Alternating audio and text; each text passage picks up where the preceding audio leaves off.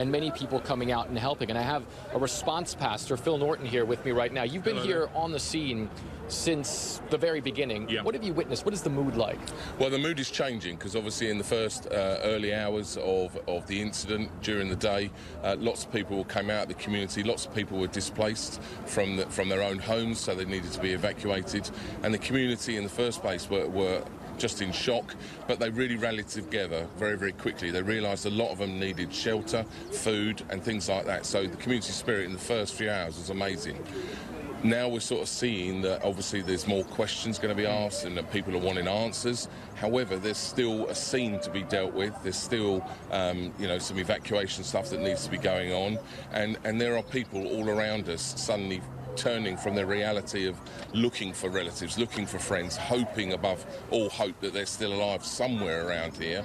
And they're slowly, as you can hear behind us now, the reality is that people are finding out now that their loved ones haven't made it. So it's a slow transitional process from hope and searching to now the reality. And that's obviously where you folks come in. What do you provide to them? Because I'm sure that it's psychosocial support, as they say, that is probably paramount, right? Yeah. So one of the things that we're trying to do is just on behalf of the local Christian church, we're normally street pastors where we normally go out on Friday and Saturday nights in the nighttime economy just to help anybody that's vulnerable for whatever reason. But we receive extra training to come out as response pastors to serious incidents like this, like the Manchester incident, the London Bridge incident, and we just come out just to try and help a bit of just to give people a chance to talk, to share things, just to listen. We signpost people into counselling and things like that, so we're just on the ground on behalf of the local Christian church just to see where we can help and fill in some gaps. How important is the listening part? Because I know many people that we've been speaking to have felt that, for instance, the authorities for many years didn't listen to them. Yeah. How important is it that you're there for them? Yeah, well, we're obviously here to listen to a different thing. We try not to get involved in the reasons why and the finger pointing. That will happen and other people will be engaged with that. We're here to listen to people when they are genuinely searching for answers and that they are just showing a lot of emotion because they've lost people. So we're that type of listening service. So we're trying not to be too judgmental of the whole situation. So we're just coming in on behalf of the local church just to give people that chance when we find them sitting alone in a corner or we're just walking along, seeing people that are obviously in distress. At that moment, just interact with people, listen, care, and help them where we can.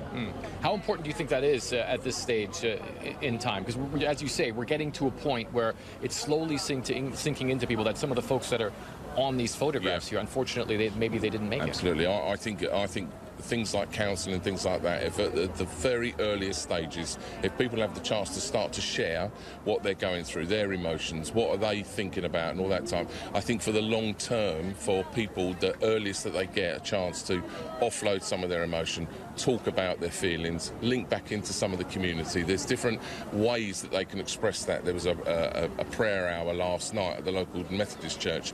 There's a meeting tonight, a service at 6:30 at one of the local Church of England churches where they're asking the community just to come together just to reflect on what's gone on. So I think the earlier you get the chance to start to share, start to get off your chest some of the things that you're feeling, whether it's emotion because you've lost a friend, whether it's anger because you don't know why it's happened. I mean, this is unprecedented what's happened, and a lot of people are going to be asking lots of questions. I think we're still at we're at day 3, and I think we're still at very early stages. I mean, different people with different agendas are rushing on to try and come up with answers, but I think after time, when the analysis has gone on and people reflect, then maybe there's a time to start to sort of understand a little bit why did this happen. But for us at the moment, we're still trying to help people in those early stages that are feeling a lot of emotion out here. You can see it, different pockets suddenly rise up, it spills over. The emergency services have been amazing. The local community spirit has been incredible. Yeah, it has been amazing. Yeah. People are being turned away because they've got too many people wanting to volunteer. Clothing is being turned away at the moment because they're trying to cope with the sea of clothes that are being offered. It's just been amazing to watch, but we particularly just want to come out here and just give people chances to offload, to be there to listen, signpost them back maybe to some counselling, something like that. Thank you very much, sir. Important work that you're doing. God bless you. So you see Rob